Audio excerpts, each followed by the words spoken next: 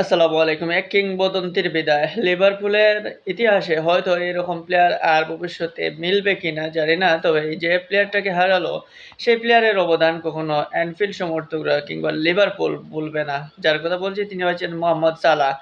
ক্যারিয়ারের একদম সূচনার লগ্ন বলতে পারেন পিক টাইম থেকে এই লিভারপুলে তিনি সার্ভিস দিয়ে এসেছেন সেই 2017 অর্থাৎ 2017 থেকে আজ 2026 9টা বছর এই লিভারপুলে কাটিয়ে দিলেন এবং শেষ পর্যন্ত লিভারপুলের হয়ে যা অর্জন করলেন এবং লিভারপুলকে যা দিলেন সেটা অবিশ্বাস্য।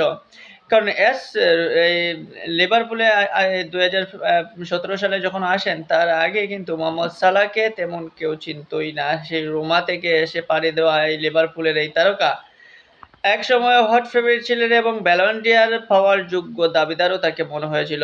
এই লিভারপুলে থাকা অবস্থায় তিনি এখন পর্যন্ত ৯টা শিরোপা অর্জন করেছেন। বিশেষ করে বড়, বড় শিরোপাগুলোই তার ঝুলিতে বেশি। দেখবেন তার ঝুলিতে চ্যাম্পিয়ন্স লিগের শিরোপা রয়েছে, ক্লাব বিশ্বকাপের শিরোপা রয়েছে, এমনকি প্রিমিয়ার লিগের টানা ২টা শিরোপাও রয়েছে। কারাবারু কাপ সহ বিভিন্ন বড় কাপের শেফিল্ড সহ দেখবেন যে বড় কাপগুলোই কিন্তু ক্যারিয়ারে অর্জন করে ফেলেছেন এই ৯ বছরে। মোহাম্মদ সালাহ হচ্ছেন প্রিমিয়ার লিগের সেরা উইঙ্গার। তিনি ক্রিস্টিয়ানো রোনালদো কিংবা ইডেন হ্যাজার্ড, সাদিও মানে এদের মতো বড়, বড় তারকাদের পিছনে ফেলে তিনি হয়েছেন সেরা উইঙ্গার।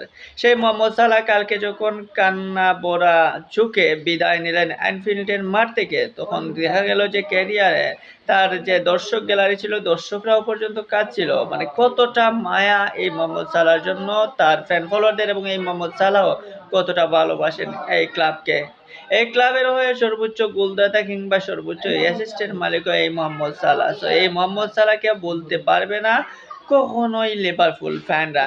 মিশরে জন্মানো এই মোহাম্মদ সালাহ, মিশরের এই মোহাম্মদ সালাহ মিশরকে বিশ্বকাপে নিয়ে এসেছেন সেই 2011-এ। মিশরের হয়ে অভিষেক হওয়ার পর থেকে মিশরকে যেভাবে সার্ভিস দিয়েছেন সেই সার্ভিসটা লিভারপুলকেও দিয়েছেন। কখনোই এক বিন্দু পরিমাণও ছাড় দেন নাই লিভারপুলের জন্য।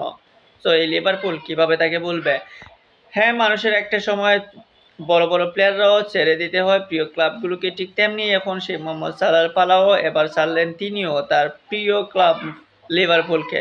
এখন দেখা যাক এই লিভারপুল শেষে মোহাম্মদ সালাহর নতুন গন্তব্য কোথায় হয়। যেখানেই থাকুক না কেন মোহাম্মদ সালাহ ভালো থাকুক। কারণ শেষ পর্যন্ত এই লিভারপুলকে তিনি যা দিয়েছেন সেটা অবিশ্বাস্য। কালকের ম্যাচেও লিভারপুল ম্যাচ ড্র করে আগামী চ্যাম্পিয়ন্স লিগের টিকেটটা অর্জন করে নিল। অর্থাৎ আগামী চ্যাম্পিয়ন্স লিগটা খেলবে লিভারপুল, কিন্তু খেলবেন না লিভারপুলের হয়ে সেই মোহাম্মদ সালাহ।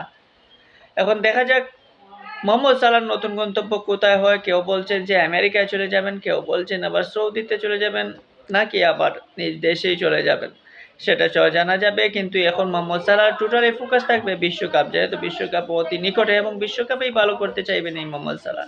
তো অপেক্ষায় দেখুন যে মোহাম্মদ সালাহর ক্যারিয়ারটা শেষ পর্যন্ত কোথায় গিয়ে থামে। কিন্তু এই মোহাম্মদ সালাহ যা দিয়েছেন তার জন্য ফুটবল দুনিয়া সবসময় তাকেই মনে রাখবে।